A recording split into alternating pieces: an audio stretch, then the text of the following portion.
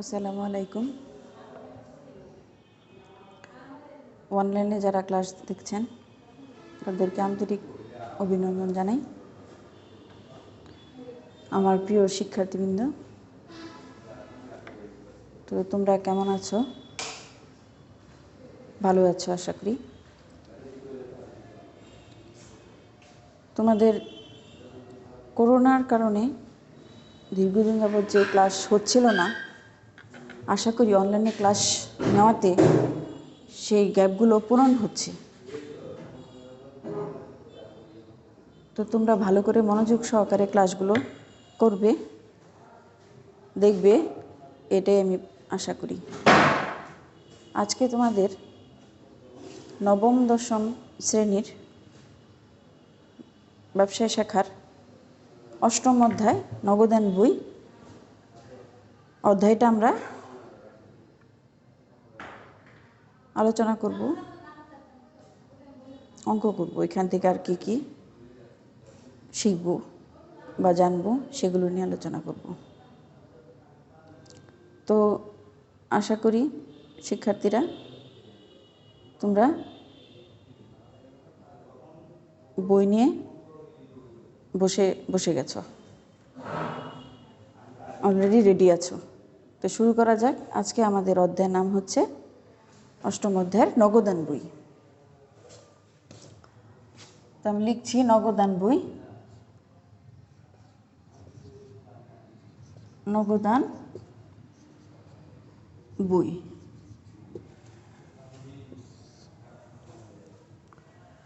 প্রথমে আমরা এখান থেকে জানব নগদান বই কী, নগদান বইয়ের গুরুত্ব কী, বৈশিষ্ট্যগুলো কী, নগদান বইয়ের ক্লাসিফিকেশনগুলো কী, আর নগদান বই ছাড়া আমরা কি আর কি অঙ্ক আছে এখানে এই অধ্যায়ে, আর হচ্ছে তোমার যে কি কি ছক ব্যবহার করা হয়। ঠিক আছে? তো নগদান বই হচ্ছে ব্যবসার প্রতিটি ক্ষেত্রে আমাদের নগদ অর্থের প্রয়োজন। যেমন সম্পদ কেনাবেচা, তারপরে পণ্য কেনাবেচা, পাওনা আদায়, দেনা পরিশোধ সহ, যথাসময়ে পরিশোধ ও আদায় সহ নগদ অর্থের ব্যবস্থাপনা, যথাযথ ব্যবস্থাপনা ও সরবরাহ অত্যন্ত প্রয়োজন। আচ্ছা, তাহলে এখন আমরা জানবো যে নগদান বইটা কি। নগদান বই হচ্ছে যে সকল লেনদেন দ্বারা নগদ অর্থের প্রাপ্তি ও প্রদান ঘটে, ওই লেনদেন সমূহকে একত্রিত করে যে বই প্রস্তুত করা হয় তাকেই নগদান বই বলে। নগদান বই হিসাবের প্রাথমিক বই, জাবেদার একটা অন্যতম শাখা।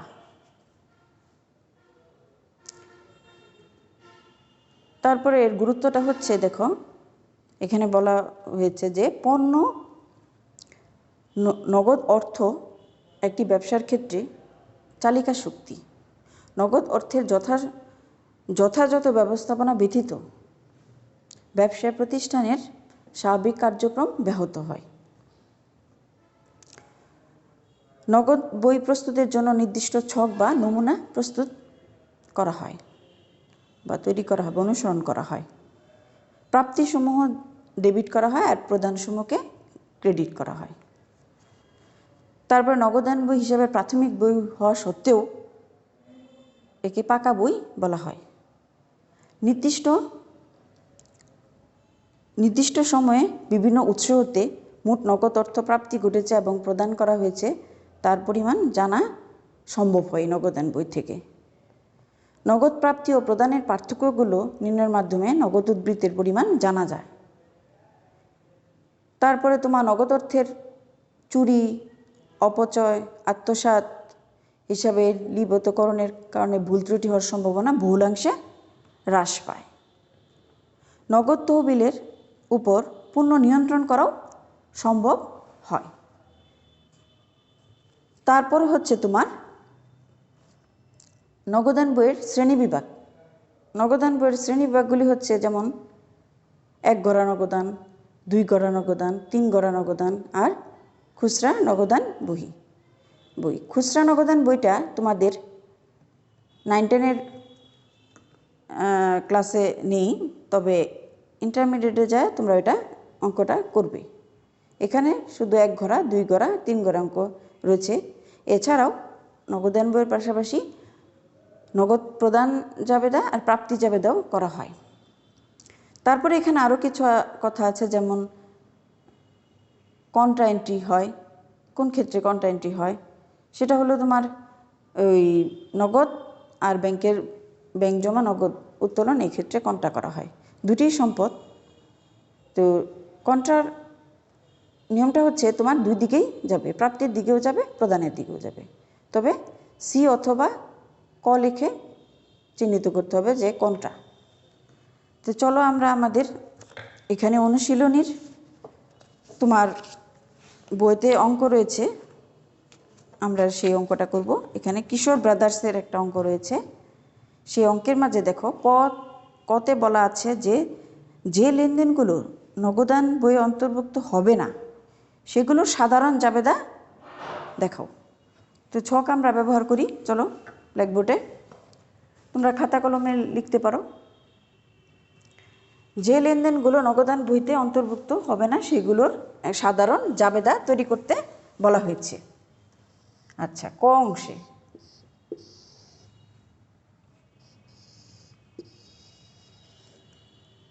এই মার্কারে তো লেখা হচ্ছে না।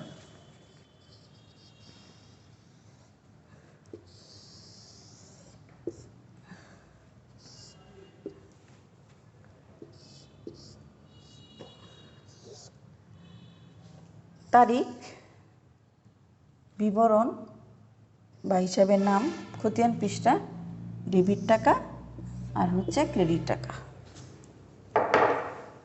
তাহলে এখানে ক অংশ, তারিখ,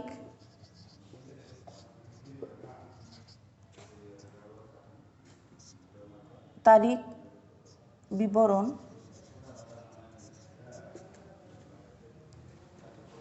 বা হিসাবের নাম, খতিয়ান পৃষ্ঠা, ডেবিট টাকা আর হচ্ছে ক্রেডিট টাকা।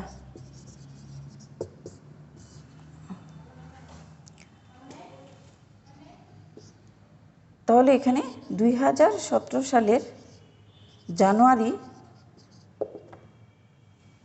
কোন কোন এন্ট্রিগুলো লেনদেন হবে না আগে দেখি।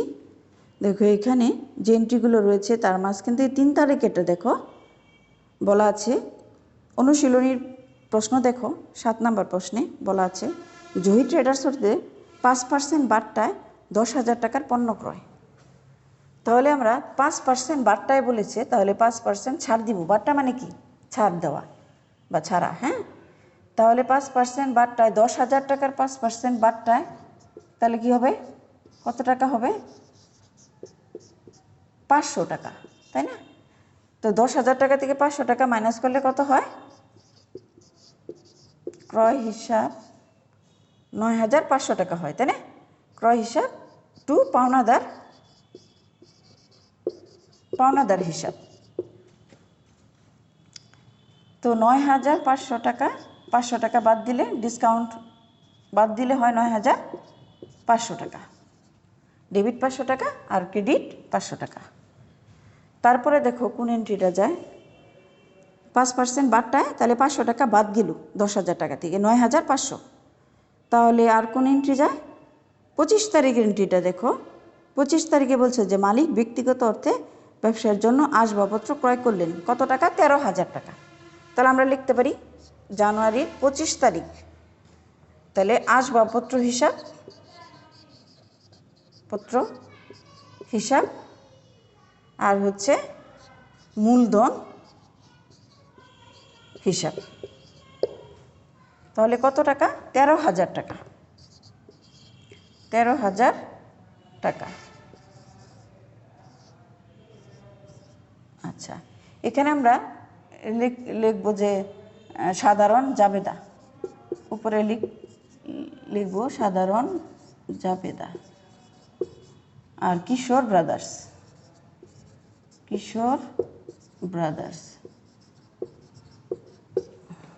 আচ্ছা, তাহলে দেখো এখানে মোট টোটাল টাকাটা কত আসলো?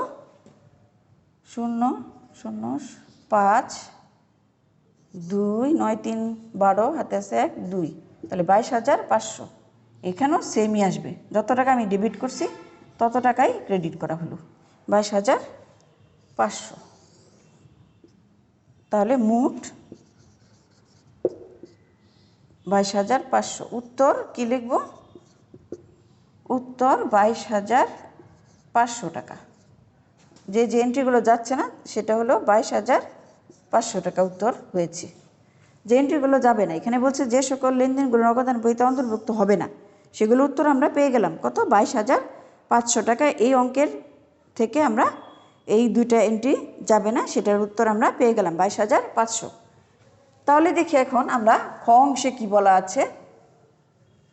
খ অংশে কি বলেছে সেটা আমরা দেখব। ক হয়ে গেছে, আশা করি তোমরা লিখছো, আমি মুছে ফেললাম। তারপরে দেখো খতে কি বলা আছে। খতে বলা আছে যে উপযুক্ত 1, 28, 29, 31 তারিখের লেনদেনগুলো দ্বারা 3 ঘরা নগদান বই প্রস্তুত করো। আচ্ছা, 3 ঘরা নগদান বইয়ের ছকটা তোমাদের এখানে খুব সুন্দর করে দেওয়া আছে। 1 ঘরার জন্য 10টি ঘর, 2 ঘরার জন্য 12টি ঘর, আর 3 ঘরার জন্য 14টি ঘর। আচ্ছা, তাহলে আমাদের এখানে লিখতে হবে 3 ঘরা নগদান, 3 ঘরা নগদান বই। তাহলে দেখো 3 ঘরা নগদান বইয়ের ছকটা হলো তারিখ, প্রাপ্তি, ভাউচার নং, খতিয়ান পৃষ্ঠা, প্রদত্ত বার্তা, নগদ, ব্যাংক। আবার তারিখ, প্রদান হিসাব, ভাউচার নং, খতিয়ান পৃষ্ঠা, নগদ টাকা, প্রাপ্ত বার্তা। আচ্ছা, প্রাপ্ত বার্তা এই গড়টা একটু ছোট হয়ে যাচ্ছে, তাহলে এখানে একটু বাড়াই নিই।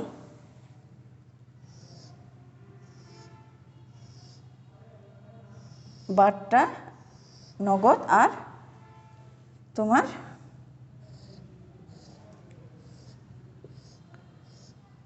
নগদ টাকা, আর হচ্ছে ব্যাংক। আচ্ছা, এখানে আমরা লিখবো, এই পাশে লিখবো ডেবিট, আর হচ্ছে এই পাশে হচ্ছে ক্রেডিট। নগদান বই করার সময় দেখবা এটা প্রাপ্তিটা হয়ে যাবে কি ডেবিট, আর প্রদানটা হয়ে যাবে প্রাপ্তি, এখানে তারিখ, আর হচ্ছে ভাউচার নং, আর খতিয়ান পৃষ্ঠা, প্রদত্ত বার্তা,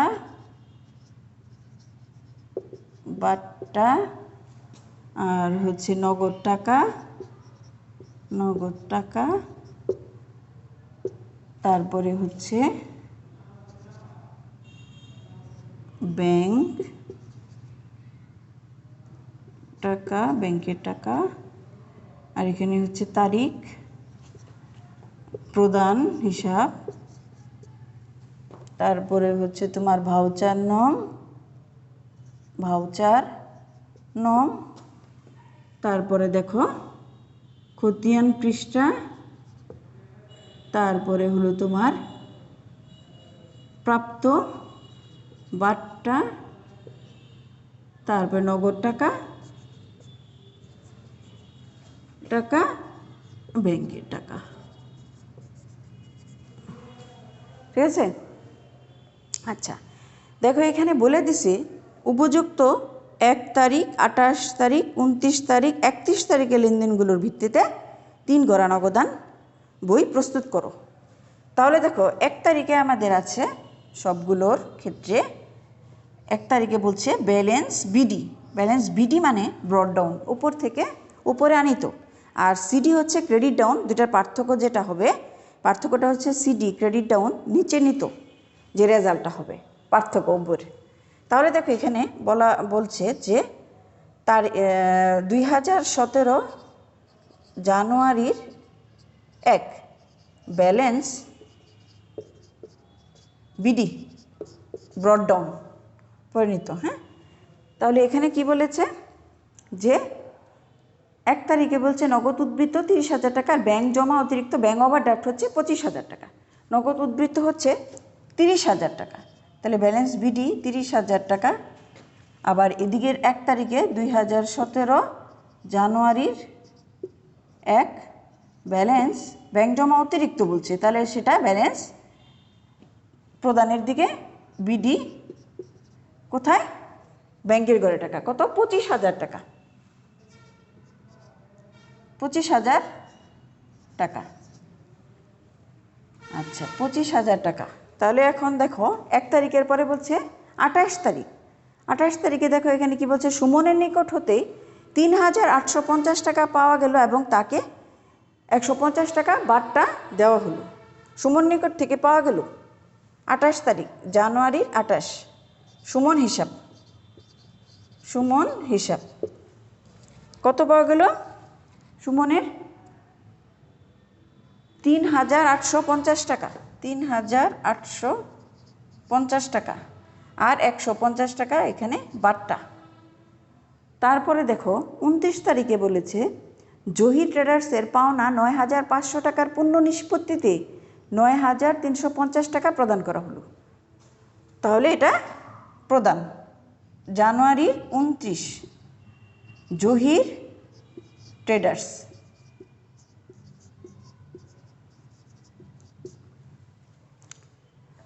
$9,350 টাকা নগদ, 9,350 টাকা। আর বার্তা পাওয়া গিয়েছে এখানে 150 টাকা। ঠিক আছে, তারপরে দেখো বলছে যে 31 তারিখের লেনদেনগুলো দ্বারা 3 ঘরে নগদান বই তৈরি করো। 31 তারিখে বলেছে 2,500 টাকা নগদ উদ্বৃত্ত হাতে রেখে অবশিষ্ট টাকা ব্যাংকে জমা দেওয়া হলো। তার মানে কি, ব্যাংকে জমা বলেছিলাম না যে কোনটা হয়, যে ব্যাংক জমা, ব্যাংক থেকে উত্তোলন, কারবারের প্রয়োজনে, কারখানার প্রয়োজনে, এগুলো কোনটা হয়। তাহলে এখানে আমাদের কি করতে হবে, যে 2,500 টাকা ব্যালেন্স সিডি রেখে 31 তারিখ ব্যালেন্স সিডি 2,500 টাকা রেখে আমাদের কি করতে হবে, হাতে রেখে মানে ব্যালেন্স সিডি করে তোমার নগদ উদ্বৃত্ত হাতে রেখে বাকি টাকা দেখাইতে হবে। তাহলে দেখো এখানে কত হচ্ছে, নগদ আর কোনো এন্ট্রি নাই, তাহলে 0,5,8 আর হলো 3,3, 33,850। তাহলে আমি লিখে ফেলতে পারি 33,850। আর এখানে হলো 25,000 তোমার ব্যাংকের টাকা। তাহলে এই পাশেও লিখতে পারি 25,000 ব্যাংকের টাকা। তাহলে এখানে বলছে যে পার্থক্যটা হবে তোমার কন্ট্রা এন্ট্রি। তাহলে লিখতে পারি যে 31 তারিখ ব্যাংক হিসাব কন্ট্রা কত, এটার পার্থক্যটা। তাহলে 0,0,0,13,2 আর হলো 2, তাহলে কত হলো 22,000 টাকা। সি ব্যাংক হিসাব কন্ট্রা, আর এদিকেও হবে 31 তারিখ নগদান হিসাব। তাহলে সি কন্ট্রা, অথবা ক লেখা যায় কন্ট্রা। তাহলে কত, নগদেরটা ব্যাংকের ঘরে আর ব্যাংকেরটা নগদের ঘরে যাবে 22,000 টাকা। তাহলে এখানের ব্যালেন্স সিডিটা কত পার্থক্য আসছে দেখো, যে 31 তারিখ ব্যালেন্স সিডি মানে ক্রেডিট ডাউন নিচে নিত, এখানে 25,000 আছে, 22,000, তাহলে 3,000 হলেই হয়ে যেতেছে। সিডি 3,000 টাকা পার্থক্য, আর এখানে ব্যালেন্স সিডি হচ্ছে 2500 টাকা। 22,000 টাকা ধরে সমন্বয় করে দেখা যাচ্ছে যে 22,000 টাকা এখানে ব্যালেন্স ব্যাংক কন্ট্রা, ব্যাংক হিসাবের টাকাটা নগদের করে, আর নগদের টাকাটা ব্যাংকের করে দেখানো হলো। বুঝতে পেরেছ? আচ্ছা, তাহলে এখন আমরা কি করব, পরের মাসে নিয়ে সেই সিডিটাকে বিডি হিসাবে দেখাবো। ঠিক আছে? তাহলে দেখো এখানে হচ্ছে পরের মাসে যায়, এখানে দেখা যেতেছে যে পরের মাসে কি, জানুয়ারি পরে কি, ফেব্রুয়ারি, ফেব্রুয়ারির 1 ব্যালেন্স বিডি। পরের মাসে যে আবার ওই সিডিটা কি হচ্ছে, বিডি হয়ে যাচ্ছে। আচ্ছা, সিডিটা আবার বিডিতে আসছে। তাহলে আমরা কি করব, এখানে বিডিটা হচ্ছে তোমার নগদের ঘরে 2500 টাকা। আর ঠিক এইভাবেই প্রধান হিসাবের ক্ষেত্রেও বিডিটা কি আসছে, দেখো ফেব্রুয়ারির 1 ব্যালেন্স বিডি। এপাশে কত হচ্ছে, প্রাপ্তি মধ্যে 3000 টাকা তোমার ব্যাংকের করে, 3000 টাকা বিডি। তাহলে দেখো অঙ্কটা হয়ে গেল। নগদের ঘরের পার্থক্য হচ্ছে 2500 টাকা এখানে ধরা হয়েছে, আর ওখানে ব্যাংকের হিসাবের ক্ষেত্রে দেখা যাচ্ছে 3000 টাকা।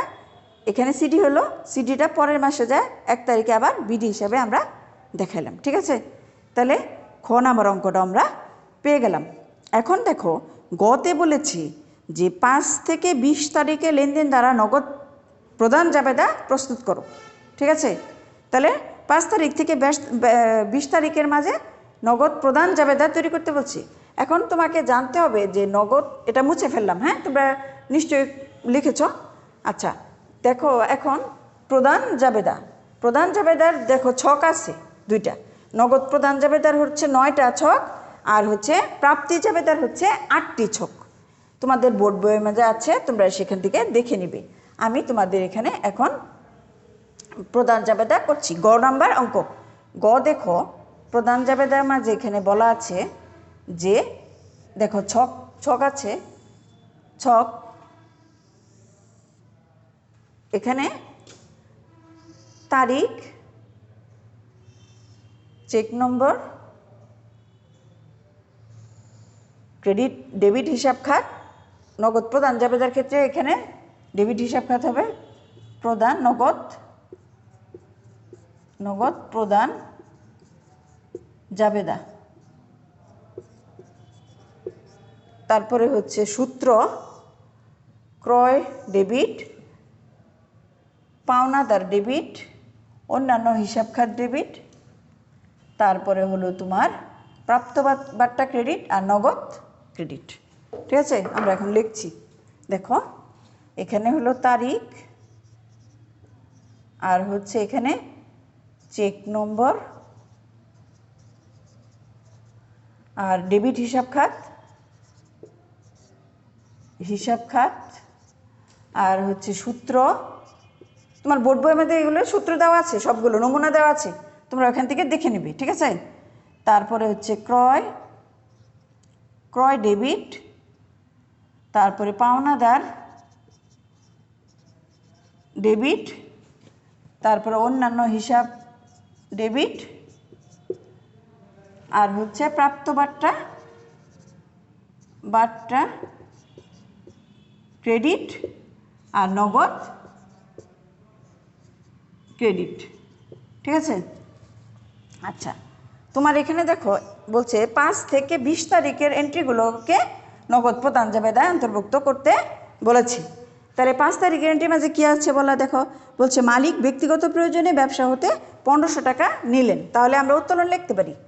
তাহলে 2017 জানুয়ারির 5, তাহলে উত্তোলন হিসাব আমরা লিখতে পারি। উত্তোলন হিসাব কত বলেছে, 1500 টাকা, 1500 টাকা।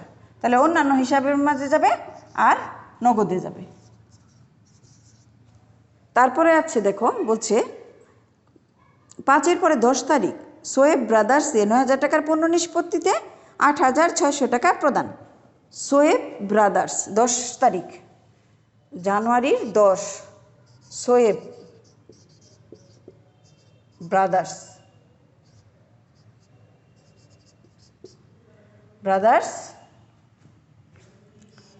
9000 টাকার মাঝে বলছে 8000 600 টাকা। তাহলে এখানে 400 টাকা বাট্টা আছে, তাহলে ক্রেডিট সাইডে 400 টাকা বাট্টা আর 8,600 টাকা নগদের ঘরে। তো এই হলো 9,000 টাকা, 400 টাকা বাট্টা। তারপরে বলা আছে 15 তারিখ পণ্য ক্রয় চেকে মূল্য পরিশোধ। পণ্য ক্রয় করেছে চেকে মূল্য পরিশোধ 15 তারিখ। তারপরে তাহলে কি লিখব? পণ্য ক্রয় করেছে কত? পণ্য ক্রয় 7,000 টাকা, 7,000 টাকা ক্রয়, আর এখানে নগদে হলো 7,000 টাকা, 7,000 টাকা। ঠিক আছে।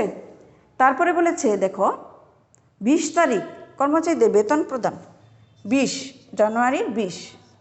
তাহলে এখানে বেতন, বেতন হলো তোমার,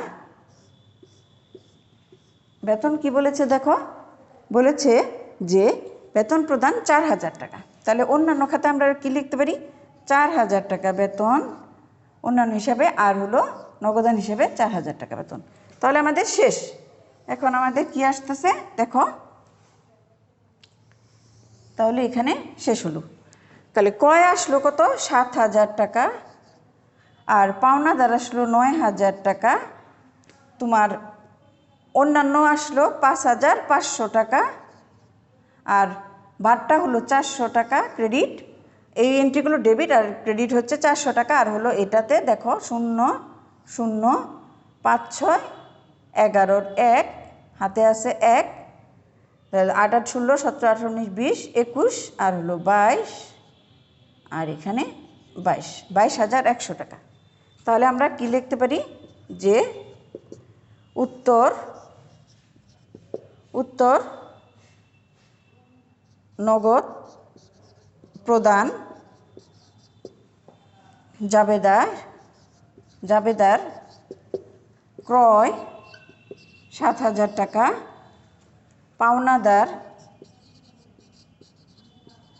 9,000 টাকা, অন্যান্য হিসাব 5,500 টাকা, প্রাপ্ত বাট্টা 400 টাকা, আর হচ্ছে নগদ হলো তোমার 22,100 টাকা। তাহলে দেখো মিলে গেল।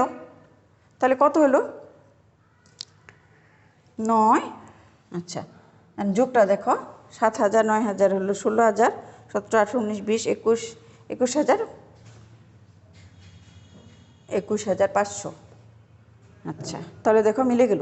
এই হচ্ছে নগদ প্রদান জাবেদা। তাহলে দেখো এখন তোমাদের, আচ্ছা এখানে হবে 21,100। আচ্ছা, তাহলে নগদ প্রদান জাবেদা হয়ে গেল। তো আশা করি তোমরা এই অঙ্কটা বুঝতে পেরেছ। বাসায় অঙ্কটা আবার করবে, খেয়াল করে করবে। তোমাদের ভিতরে, বইয়ের ভিতরে তোমার ছক টক দেওয়া আছে, নমুনা দেওয়া আছে, অঙ্কগুলো শিখবে, জানবে। আশা করি অনলাইনে ক্লাসগুলো মনোযোগ সহকারে করবে, তাহলে উপকৃত হতে পারবে। ভালো থাকো, নিরাপদে থাকো, সুস্থ থাকো। ধন্যবাদ।